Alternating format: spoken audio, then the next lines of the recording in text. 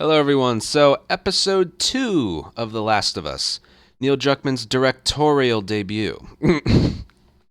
This one carried us from the start of the downtown chapter through the end of the capital chapter. And let's see. I'm just gonna go through the episode and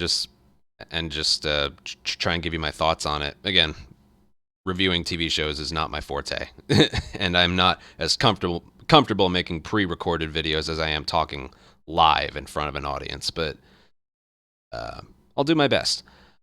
I really liked the opening of this one. It had to do with like the origins of the cordyceps, not like the origin of the cordyceps. It just kind of happened overnight, but like the origin of like where it happened, and they brought the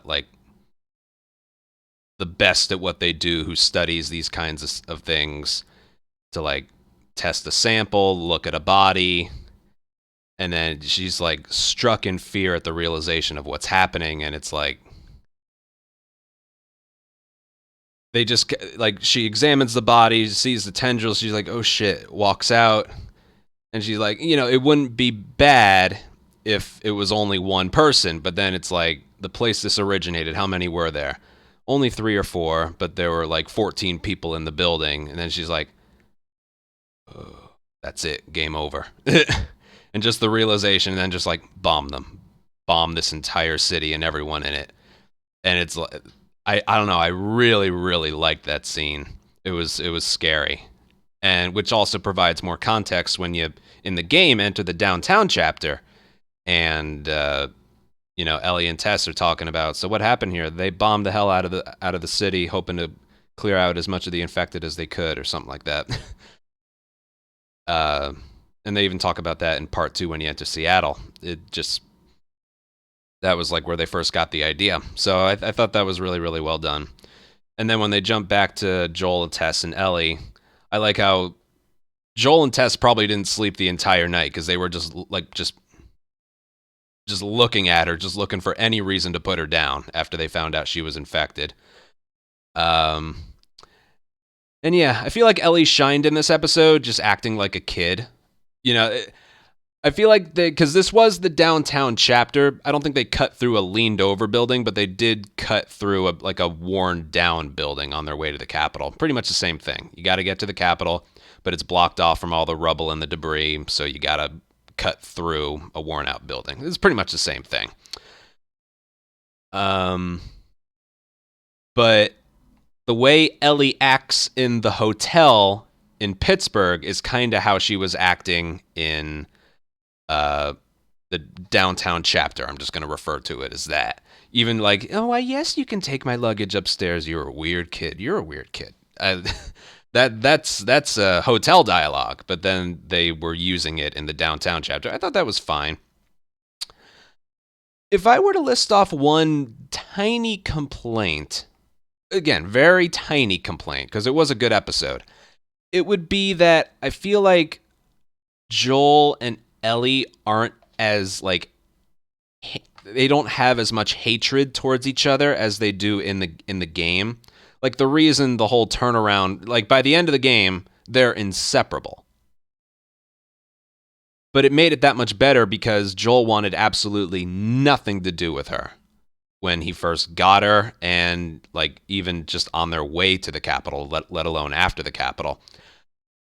I feel like in the show, he's more inconvenienced by her instead of almost hating her.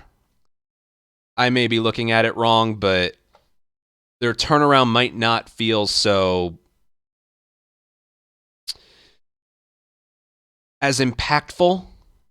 It's impactful because they went from hating each other, wanting nothing to do with each other, to being inseparable. But I'm not getting the biggest, I'm not getting that vibe so much now. Like, Ellie's acting like herself. I thought she did a really good job in this episode. And Joel's just, he's still just... Which, that's how he acts in the game. He's not the most expressive person. But, yeah, it was more just an observation and like a tiny little complaint. But Who knows? Maybe that kind of stuff will happen as they get through Bills or Pittsburgh or something like that. Still kind of waiting for that, just like blow up between the two. It's like, I'm not enjoying this, okay? But besides that, the real big, like, whoa moment in the episode was when they find all the infected on the street.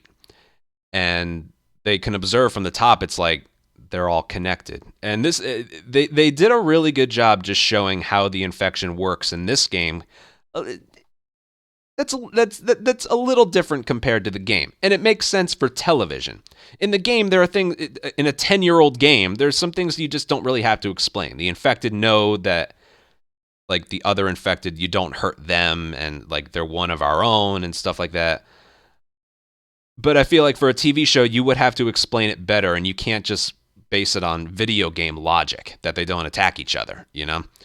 So the fact that there's these tendrils in the street and like they're just more connected. That's really all you need to know. But then like you could step on something and and it's connected, so a mile away they would hear it and they would all come running. I think that's really cool. Definitely adds more of a some tension to just watching it. And I think that's really it. It adds more tension to the watching experience than it does the playing. Although, if there is a part 3, that could also be kind of cool. Now that I think about it. But yeah,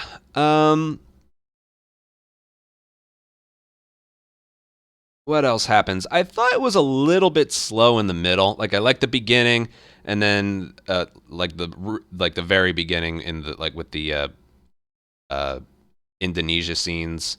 And then there's them just moving through some buildings. They notice the infected. And then I thought around there, it got a little bit too slow for me. Not as much happening. But then they get to the museum and you just see, you know, what the infection is doing to these foundations and stuff. Like the environments were crazy good. The leaned over buildings and everything. And they have world building through conversations and all that was good. But then you see this one building, which is the museum that they have to cut through to get to where they need to go. And it just, artistically, it was very good. Very little light creakiness of some rotted wood and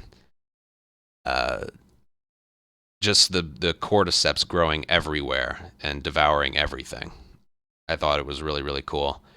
And then we get to the clickers, which, you know, again, artistically and makeup-wise was very, very, very good. And the noises they make is on par with the game. Almost, I think at one point the clickers were making like the same noise as they do in part 2 with like the build-up and then the echolocation. So I thought it was cool.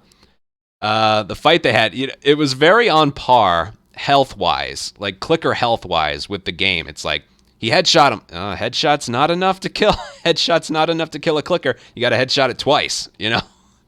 So, yeah, there was that, the whole scuffle, and then they lose him, and then it's just Joel and Ellie, and it's just shh. And then he steps on the glass, and then it comes diving over the table.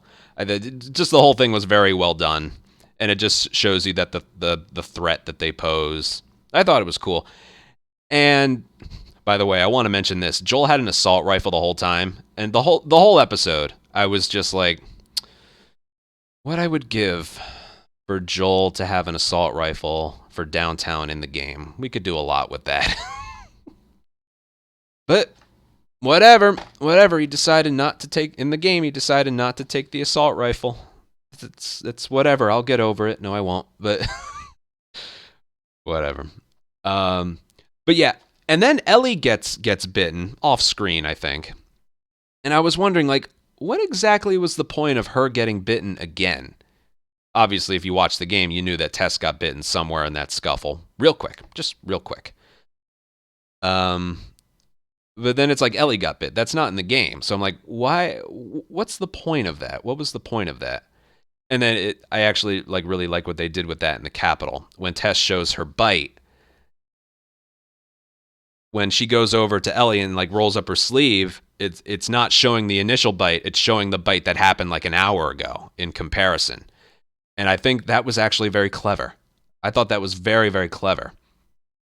Because, in the game, not that they didn't believe Ellie, but I feel like a more recent bite that should have looked a lot worse kind of is much better proof than one that was claimed to have happened 3 weeks ago. Because Tess's bite, you could see the veins and everything. It was a lot worse. So I thought that was pretty cool. What else?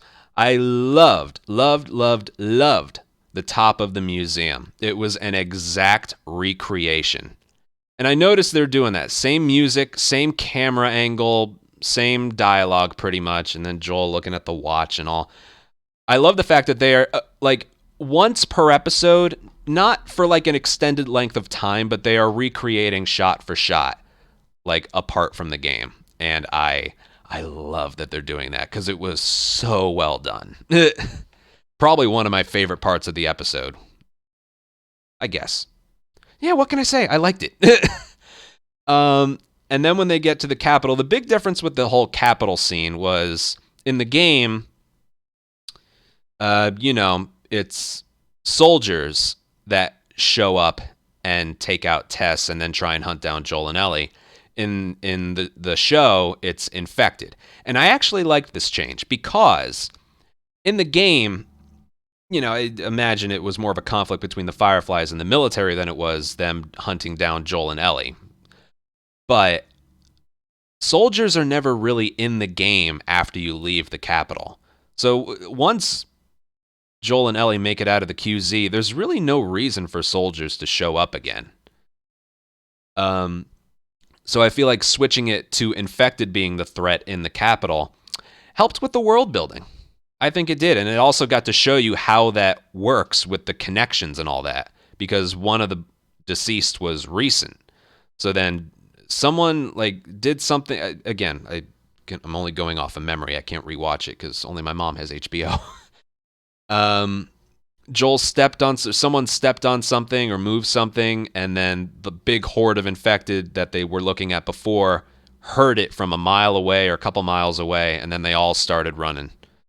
And it was a nice display of how that actually works. And then we get to, the scene. The scene. I like the fact that Tess makes her big speech, and it kind of threw me off a little bit where it was like, where Tess mentions, you've got to get her to Bill and Frank's. I was like, that's not how it goes. Wait a minute. But, that changes whatever. It's like how, Joel's trying to find his brother Tommy when he was already in Boston instead of, going there from Bill's. Or making that the goal from the Capitol. It's whatever. They'll eventually get to where they go in the game. They're just taking it step by step instead of just laying out the long journey ahead all at once. It's kind of like that. So it's fine. But here, instead of her saying Tommy, she said Bill and Frank, and I was just like, that's so different. Because we're just so used to it all. But yeah, then the scene. I liked how Joel, in the game, Joel's like, Ellie, get a move on, and then just gives her one last look and then just slowly backs off. In the show, he grabs her and then just leaves. I thought that was a little more powerful. The game didn't do it badly, but I thought it worked well for the show. And then, oh man, the infected break through the doors, and then a runner basically starts French tendriling her.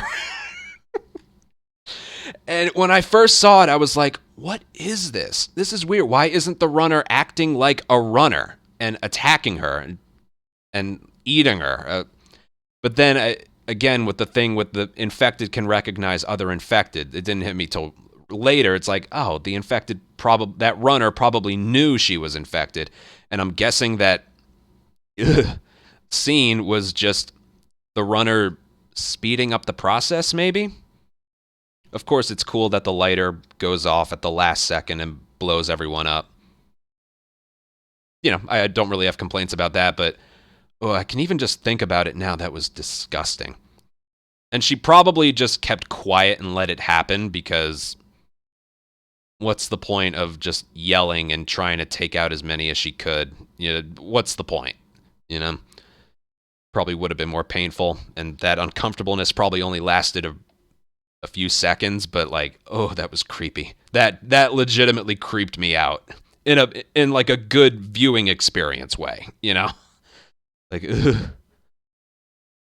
But yeah, again, at first I was like, why isn't it attacking her? My mom even thought like, is that runner someone that Tess knew and the runner recognizes her? It's like, no, no. And I also thought like, is it mating with her? It's like, no, they're not that smart.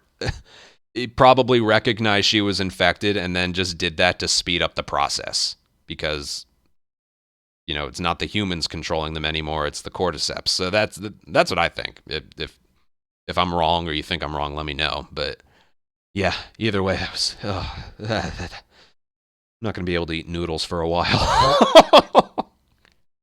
But yeah, I thought some parts in the middle were a little bit slow, but it's still world building and all that for people who have no clue about the game. I thought the beginning was really good, and I thought some changes were well done as well. Again, I'm still waiting for that like moment or two where Joel and Ellie just like basically admit, I'm not enjoying this. I hate you, which will make their turnaround all the more impactful. But my guess is they'll do that a little bit later. Joel's very like serious. As far as he was concerned, it was a job. He was going to let her go at some point. But yeah, I think they'll just explore that a little bit more later. Yeah, the way Ellie acted was very Ellie-like. Just acting like a kid. And then when things had to be serious, she got serious and all that. So I thought that was all very well done. And yeah, good episode. Good episode. I don't really know what more to say. Yeah, I wish Joel had an assault rifle in downtown in the game. That's about it. But yeah, that's it. Looking forward to the next one. It looks like it'll be a Bill and Frank episode. If Bill kills even one infected, all right, two, because he chops the one's head off. If he kills at least two infected, then it's not loyal to source material, as far as I'm concerned. Should be a good one, though. All right, I'll see you guys. Bye.